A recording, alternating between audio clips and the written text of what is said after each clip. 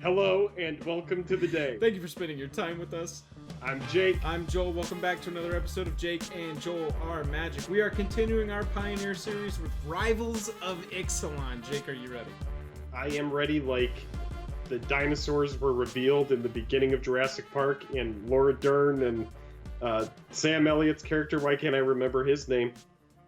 I don't Dr. know, but Grant. You absolutely destroyed that joke. If you wouldn't mind hitting subscribe on the video if you can stand Jake's jokes as well as I can. There are dinosaurs in this set. That's why it matters. Yeah, you're right. Actually, Jurassic Park joke was pretty good there. I was going to go with something like Will Smith, we're just going to keep making stuff whether people like it or not. Let's jump into the cards. We've got Rekindling Phoenix up first.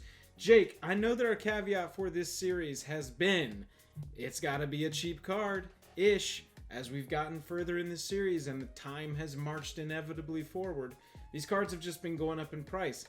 What is the cost of Rekindling Phoenix right now? Well, I'm going to tell you, but first, all you have to do is go down and like and subscribe if you are interested in this kind of content. If you're just here to hang out, that's cool too. Rekindling Phoenix is like $3 right now. It's one of those cards that was absolutely amazing in standard. It kicked major booty, and now it holds a super low price point after rotating out. But people are playing Glorybringer and Pioneer. It leads me to believe that Rekindling Phoenix has to be a shoe into the format, and right now it's super cheap. Yeah, I think we'll see it before too long. Glorybringer does come in and can remove something on the swing the turn it comes into play. That's true. But Rekindling Phoenix just seems like one of those threats that is inevitable. Now, one of the differences with the format is that you're going to have a lot more access to exile, and that was really one of the only things that could get you around a Rekindling Phoenix when it was in standard. That's true. And right now in this format, there is not a lot of good exile type removal. So Rekindling Phoenix is one of those cards that it's super sticky. And like you said, it's inevitability. Absolutely. Another standard staple when it was in it, Jadelight Ranger. Explore again. I mean, talk about velocity. Like, the floor of this card is like, it comes in... I mean, I guess the floor of it is it comes in as a 4/3 for 3. No, and then I would say that the floor of it is it comes in as a 2/1 on turn 3, or turn 2 if you ramped, and takes the top two lands off your library and puts them in your hand. Wouldn't that be the floor? I mean, no, I think the floor... I guess you're right. Yeah, 4/3 so it's and you know what card's on top. Exactly. So this card is super duper good. It's one of those cards that I think, it's got that relevant creature type on it, Merfolk, where it's velocity, it's a nice powerful beater, it's a relevant creature type, and it's like $1.50. It'll be interesting to see if this one catches on without having the keyword access with Explore, without having more payoffs for that, because a big reason that this was played was that you had a huge payoff for Explore as a 2-drop creature, and so this was the ultimate 3-drop.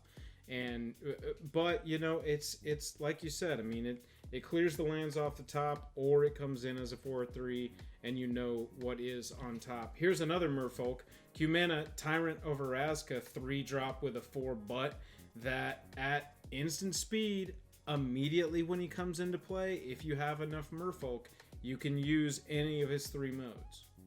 Yeah, again, yes, relevant creature type, super cheap mythic. It's like $2. And honestly, it's like really good for EDH as well if you wanted to do like EDH Merfolk or anything like that. It's just one of those cards that's like, yeah, man, it's just good. It could come on as early as turn 2. Yeah, absolutely. Historic Brawl, I actually hadn't thought about that. I know that's relevant to exactly 0.00 people. However, Historic Brawl, this would be a very good commander, and you could possibly stuff enough Merfolk in there, but that's not what we're talking about. We're talking about Radiant Destiny. Jake, here's my drum. Here is me banging it. Tribal. Yes, dude. I think, obviously this card in a tribal deck is really, really good. Right. It's an enchantment, so it's sticky. It's a relevant EDH card. Again, it's one of those cards that's super cheap. So worst case scenario is you're going to buy it for pretty much the price that it's going to sit at.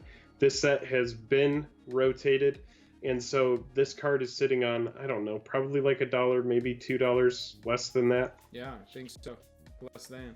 But the thing is that if a tribe does stick that has white spirits, merfolk, vampires, not merfolk, vampires is what I meant to say. This will be a card that'll be at least a 2 of in it, I would think. Yeah, 2 of, maybe more. Also, the creatures you control get the 1/1. I mean, it's if you have the city's blessing off of the Ascend. So it's, I don't know, it's really, really, really good. Yeah, absolutely. The Ascend gives it the Vigi. The Zatalpa Primal Dawn. Okay, so the other night I played a Graveyard Matters deck. There was a card in it called Soul Flare. Is that the name of the card? Yes, and that's why this card is on the list. Soul Flare landed on turn 4 or turn 3, I think, because of some ramp. Zatalpas were in the graveyard, and I was suddenly facing down a flying, double striking, vigilance, trample, indestructible. And they had also delved a Death Toucher out of the graveyard too, so it had double strike and Death Touch on top of indestructible Vigi Trample flying. And I had 2 cards in my deck that would let me exile a creature, and went, well, hope I draw one. Yeah, you said pretty much everything that needs to be said about the card. I actually like it alongside Blood for Bones as well, because Blood for Bones is returning a creature to the battle from the sack. So I think that this card, it has all of the keywords that you possibly want for Soul Flare on it. And so Soul Flare is one of those cards. It has Delve, which is notable. And it's one of those cards that people really like to play with and brew with. And whether or not a competitive Soul Flare deck takes off, it's a super fun card. It really is. The deck looked like a it's blast just fun to play. Yeah, they played it against me, and I was just like, but was having a good time. So yeah, exactly. And it's one of those decks that might not win a big tournament, but I would imagine if you have good matchups, it could easily take down an FNM. Yeah. So these cards right now, Zatalpa is like maybe $1.50, and it's probably going to sit there for the foreseeable future, unless a Soul Flare deck were to take off, or some sort of fun reanimation strategy. That's absolutely right. We got Timestream Navigator as a mythic with Ascend that lets you take extra turns. Jake, what do you think about this card? Well, I put it on the list because it's a take an extra turn effect. Yeah. And I think in like an artifact kind of strategy, or something that just like goes wide with tons of stuff really quick, a bunch of low cost stuff, and you hit Ascend quickly, I think this is one of those cards that could be used and abused in that kind of format. And you play it alongside something like, I don't know, Nexus of Fate, maybe a couple of those in the deck, and then all of a sudden you're playing a take turns deck.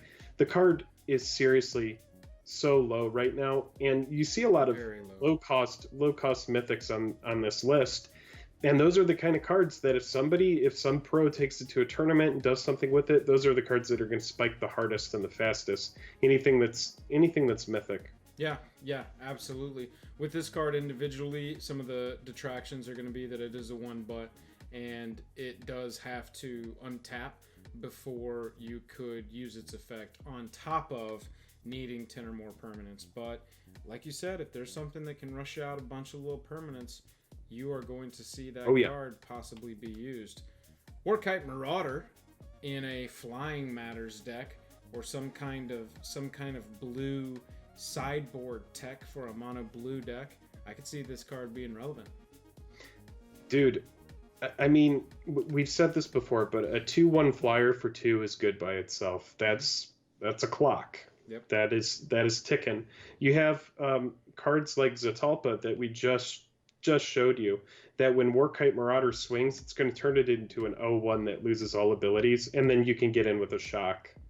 So you have to think this card's like 35 cents. It's a great sideboard card. It's honestly, it's a great main board card if it's in the right shell. Sure. I would build it into blue-red so that you could shoot stuff with your after it's turned it into an 0/1, lightning strike it, shock it, something like that. Wild Slash, Bone Crusher, yeah. And there's a lot of pesky creatures. There's You know, there's Kalidas with a big butt Right. that you were going to want to hit with Warkite Marauder. Well, we were just talking about Soulflayer gaining every ability under the friggin' sun. Yes, and this is one of those cards that's super inexpensive right now. It's really easy to get in. The card is at the floor. You could probably get the foils for a couple bucks each. And it's one of those cards that I honestly think could really see some serious play. And I was very surprised in Standard when it didn't see play. Yeah, me either. Blood Sun, here's one that didn't see any Standard play, but I think is going to be excellent sideboard tech as the format settles out. How about we get in on some land hate before the Land Matters deck emerges? Yeah, I completely agree with you. This is one of those cards that comes out and it just hoses Field of the Dead. Yeah, I was gonna say, just like right off the bat. Would have been nice to have this in a Field of the Dead Standard. Am I right? Oh yeah, and I mean we could talk about it. It's an enchantment, so it's sticky and it cantrips. So when it comes in, you're drawing a card, it replaces itself. So I like it for velocity just based on that. Yeah. And if you're playing lands that, you know, just have mana abilities, this is like I'm thinking of everything. This hoses any of the permanents from Ixalan and Rivals that flip. This hoses you know, like Search for Azcanta. Right. This hoses Field of the Dead. This hoses Field of Ruin. This hoses all of the castles, on and on and on. Yeah. So it's a really good card. It's super cheap. I think it's like probably, I don't know, 50 cents if I had to guess. Yeah, I think maybe even less. That takes us all the way back around to our favorite creature from the set and to the end of the Rivals of Ixalan. If you wouldn't mind, if you did like the video, hit like, hit subscribe. It really helps us out. Jake's going to do some winks while I remind you, if you want to support us even further, you can find us on Patreon. The link is down in the description below. And don't forget, we are streaming twice a week, Tuesdays and Thursdays, over on twitch.tv/JakeandChillerMagic. I'm out. Jake, you got anything else? Just like, imagine trying to wink at someone and this is what you come up with. Like two in a row? They're gonna be like, that guy got, no, here it is. Yeah. That just seems... It's something to think about. It's rough.